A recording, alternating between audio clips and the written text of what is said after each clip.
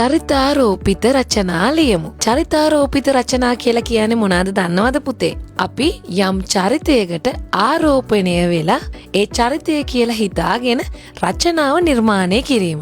එහෙනම් අපි ඉස්සෙල්ලාම ලියමු මම පුවත්පතක් කියලා හිතාගෙන. එහෙනම් ඔන්න දැන් මම පුවත්පතකට ආරෝපණය වෙන්නයි සූදානම්. මම පුවත්පතක් කියලා හිතාගෙන සූදානම් ලස්සන රචනාවක් නිර්මාණය කරන්නට. මම පුවත්පතක් වෙමි. කඩදාසි හා තීන්ත යොදාගෙන මම මුද්‍රණ යන්ත්‍රයෙන් උපත ලබමි.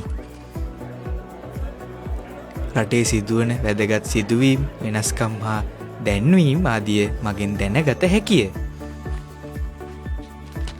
ලොකු කුඩා සෑම දෙනාගේම දැනුම වර්ධනය සඳහා මම විශාල මෙහෙවරක් ඉටු කරමි. රට රටවල තොරතුරුද මා නිසා සැමටම දැනගත හැකිය. විවිධ තොරතුරු ලබා දීමට මම ඉතා ප්‍රයෝජනවත් කාර්යයක් ඉටු කරමි. හෝ හෝ